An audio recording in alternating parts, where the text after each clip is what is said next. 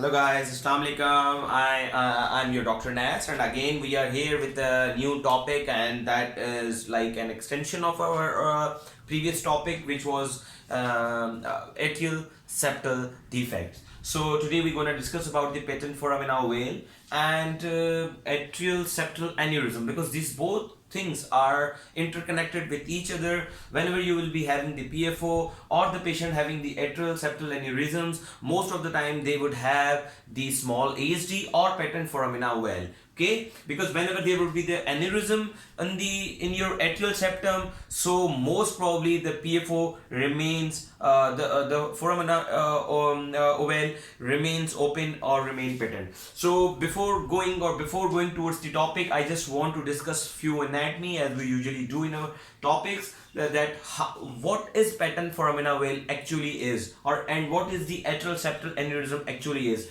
Okay. So as you are appreciating here, this is something, the septum between the two atrias. This one is the right atrium and this one is the left atrium. Now come towards this red and the blue line. The red one is the septum primum, the septum which actually comes before the septum secundum, when it remains open, and it needs to be remain open during the your fetal life. Why? Because in the fetal life, as we discussed earlier, that blood moves from right to the left side because it has to bypass the lungs. Okay, so when septum primum develops, and after the completely development of the septum primum, there would a small hole or a small depression, that depression known as the ovale, depression of ovale, and there a foramina develops, and that foramina known as foramina ovale. Okay, now this foramina ovale has to be closed after fetal life. How? So that foramina ovale has a shutter-like structure, and that structure is actually a remnant or is a part of septum primum. As you are appreciating here, that the red structures, it looks like a window, it looks like a shutter. So whenever the pressure of the right side remains high, that shutter remains open. Why? Because blood has to move from right to the left, and this shutter remains like this. This is a valve like structure, it remains open. Why? Because pressure on the right side is higher, and it is pushing the foramina, shutter, that valve of the foramina to remain open, and blood moves from right to the left side. Whenever after fetal life, lungs open and left sided pressure increases, then this shutter has to move, has to be closed, and has to move towards this foramina, and then this shutter will be closed just because of the increased left atrial pressure.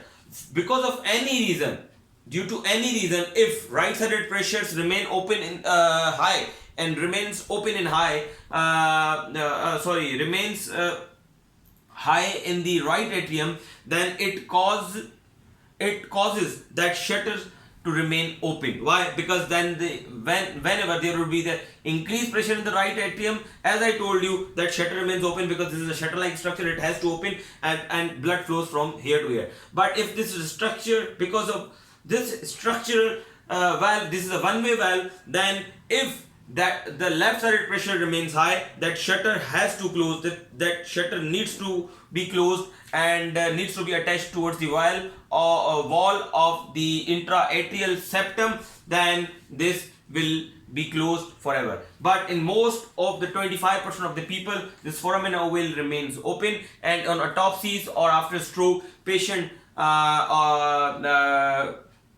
found to have all these things, and the cause of the stroke. Like without wasting time, I just want one thing to clear to you guys, that this, if you are like thinking that what atrial septal aneurysm looks like, so it is better to see these aneurysms on the echocardiography, but I have just made some illustration to make you clear about the atrial septal aneurysm. So this is the, if you are appreciating any blue structure here. So this is the secondum, atrial septal secondum, and it develops after primum, and the defect or the thinning of the valve, intraatrial valve, it cause outpouching of the intraatrial septum into the RA, and that outpouching is known as atrial septal aneurysm, and that is exactly at the location where the atrial secondum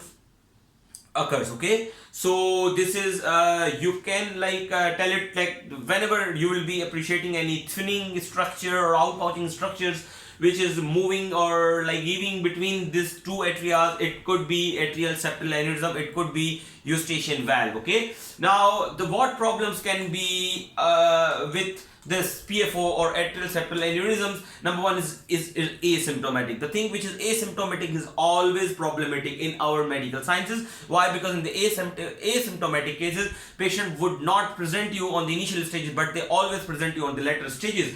And the stroke, the most common problem with the PFO and the atrial septal aneurysm is stroke.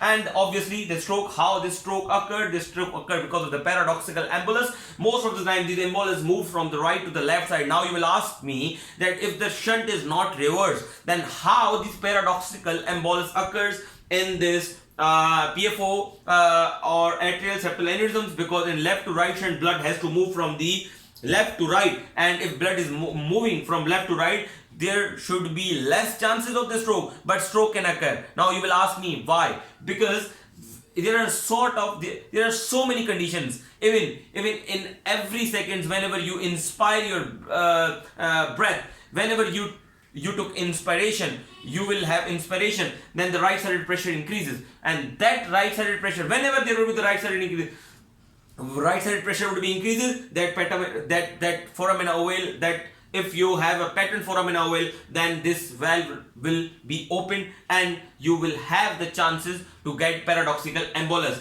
If you are doing Valsalva, if you are doing any condition, if you have any like right-sided heart failure, or if you have any problem in the lungs, then your right-sided pressure would increase and it can cause this paradoxical embolus. Or if the shunt will be reversed on the later stages, then again it would be a high chance to get the paradoxical embolus. Now, what are the conditions in which there will be increased chances of the stroke with the PFO? Then number one is large. If it is a large, what is the definition of large? If it is more than 4 mm or equal to 4 mm, it would be the large PFO. Number two, high mobility of the valve. If there for any reason, if atrial septal is moving, or you are appreciating any like thrombus here,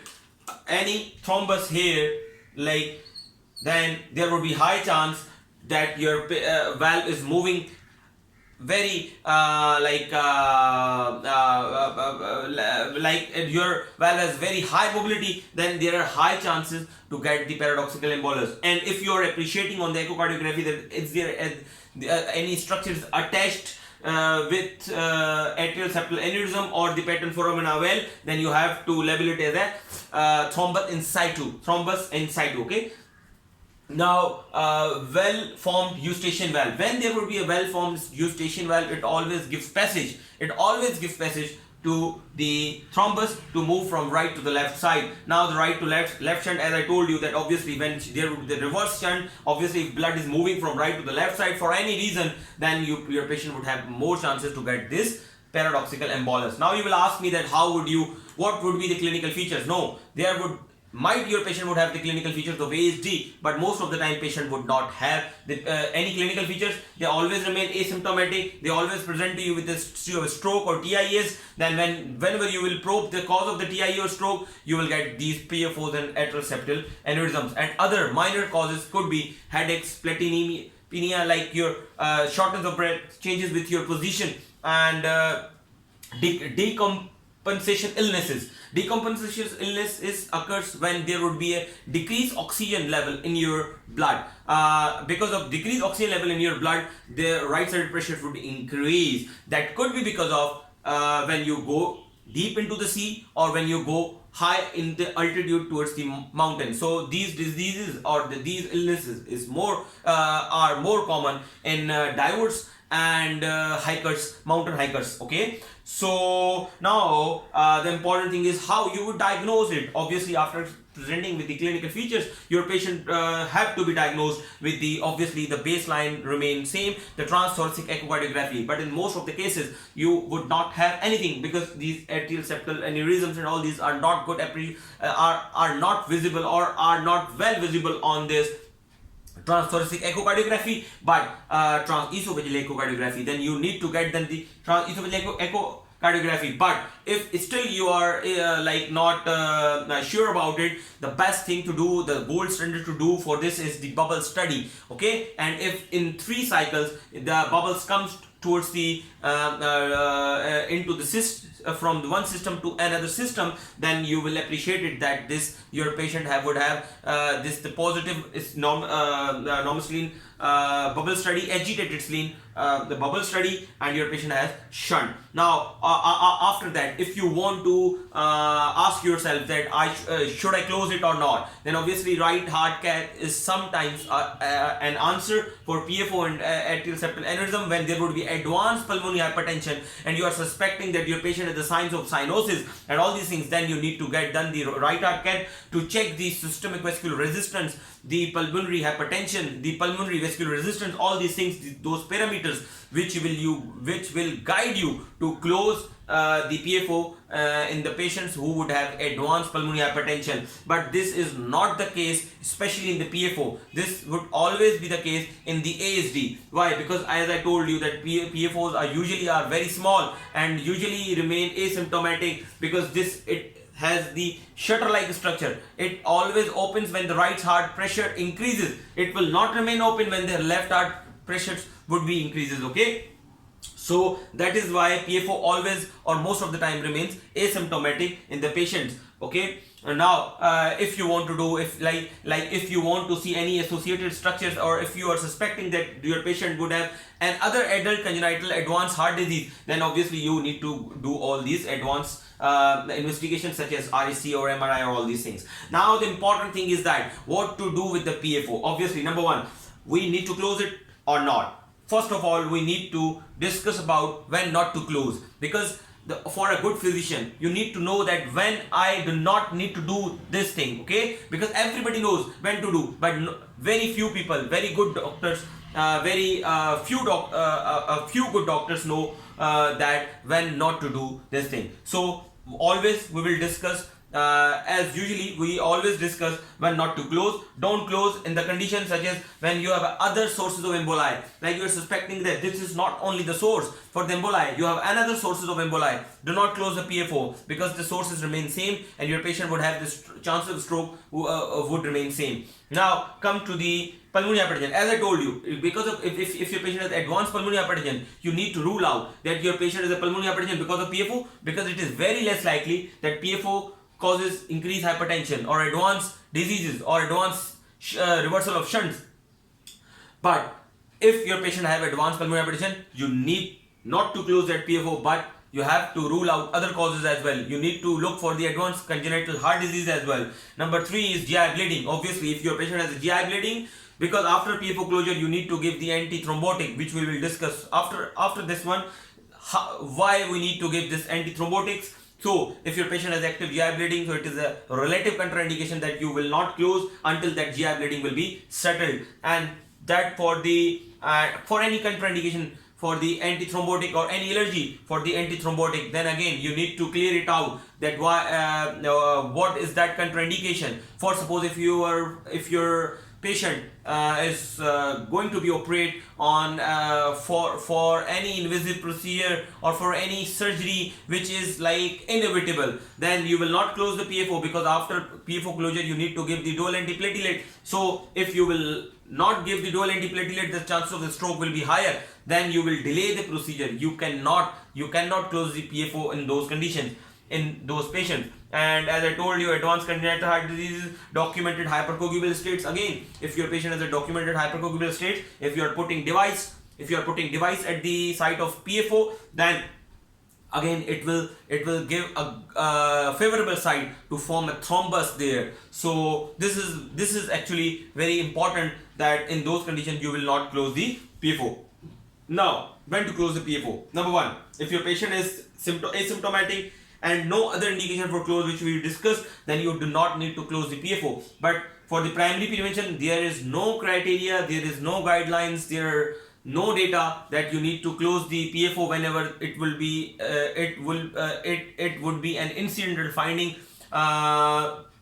in your patients. Why? Because if your patient is asymptomatic, your patient is young enough, your patient has a PFO with no symptoms, nothing else, and no signs of strokes in the or no history of anything else, then you do not need to close it, because we don't have data about it. We don't have enough data about it. Now the important thing is secondary prevention, that this group of people are actually very important and need to be discussed, that what to do in those cases. So there are a lot of RCTs. We will discuss 5 RCTs, randomized control trial here, which are actually landmark trials, which guided us when to close the PFO and when not to close the PFO. So the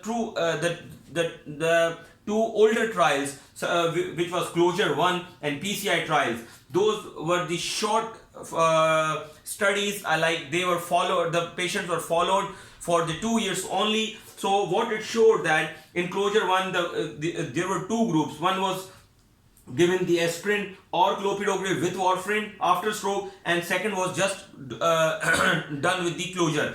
And after 2 years, on the 2 years follow-up, they found no difference, nothing. They did not achieve their primary outcome. So there was no difference. Whenever you will not be achieving your primary outcome, then trials always labeled as negative. That's why you will label it as a negative trial. And number 2 is PCI trial. In the PCI trial, there were again there were 2 groups. Whenever you will be doing the randomized control trial, you have to make one control group and other the group on which you do the intervention. So again, there was a control group which would have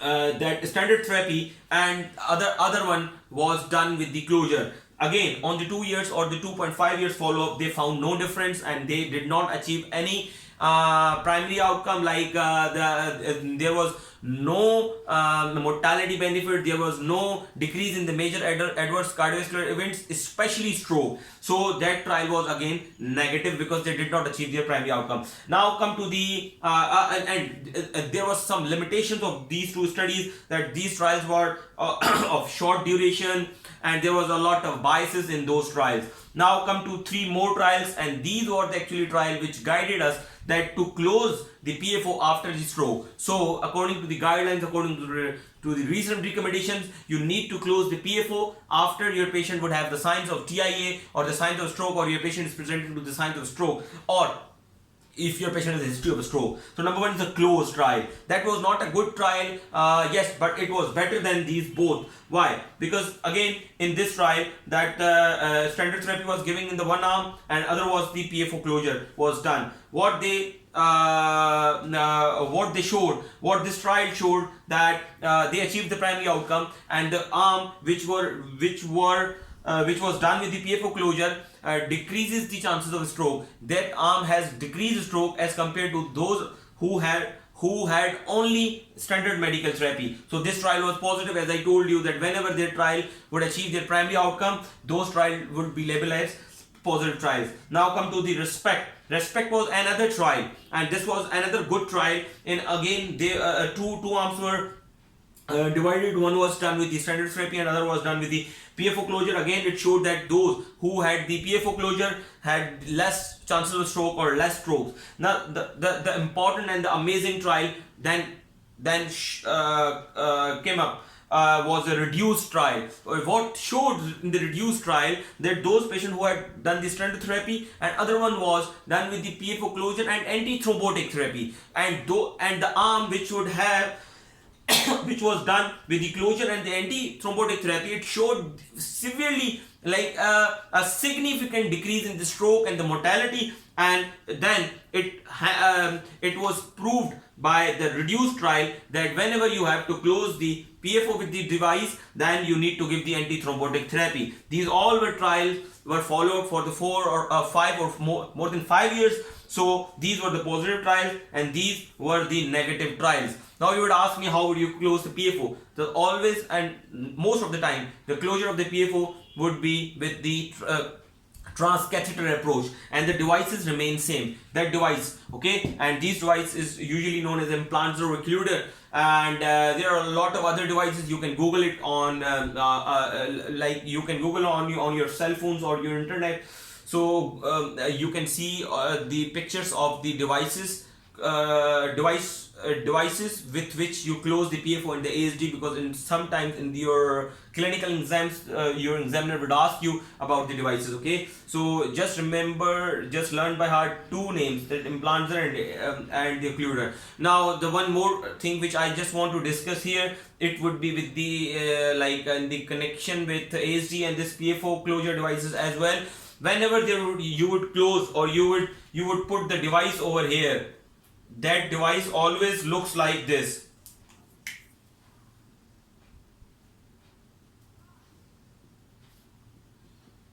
Okay, always looks like this. So when you place this device here, that this device would have initial leak, okay, or initial residual shunt. Why? Because in this these devices are made up in a structure that they would have a prothrombotic material here.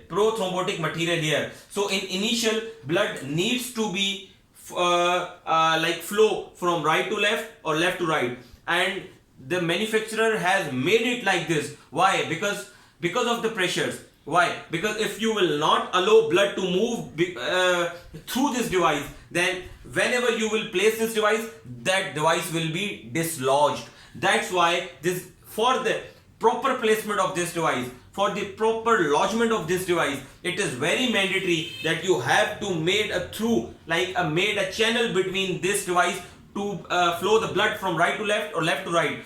This is the only condition in which you will not dislodge your device, or your device will not be dislodged by the flow of the blood. So, and now you will ask me that if the blood is flowing across this, then how this foramina, vein or ASD will close? Then it would have this prothrombotic material here. So with the time, the blood will be coagulated here and shunt will be closed, and that coagulated blood afterward would be calcified, and this device always remain intact with no residual shunt. So if your patient is coming to you post procedure and you are getting an echo done for the immediate complication, then your echocardiographer, if your echocardiographer is good enough, and if he or she is telling you that it has a residual shunt, then you will not to be worried about it. Why? Because this shunt is because of that device. But that shunt should not be, that leak should not be from these sides. If the leak is from these sides, it means that you have destructed or you have done any iatrogenic problem while placing this device. So I think this is more than enough for you, because other than these things would always be in the domain of interventional or structural interventional cardiology. I'm not going into details, so I don't want to discuss over here. You have to just keep one thing in your mind, that how this device works, why the residual shunts or the leakages would be there, and where the leakages should not be there after the procedures. Okay, a good cardiologist always knows these basic things. So I think I have made my point clear. We have done the ASD and PFO and the atrial septal aneurysms. Now in the next lecture we will do the VSD. So again, my last words, please share these videos with your colleagues, with your friends, and spread this knowledge as much as you can. And last but not the least, subscribe my channel and press the bell button for future updates. Thank you, and thank you very much.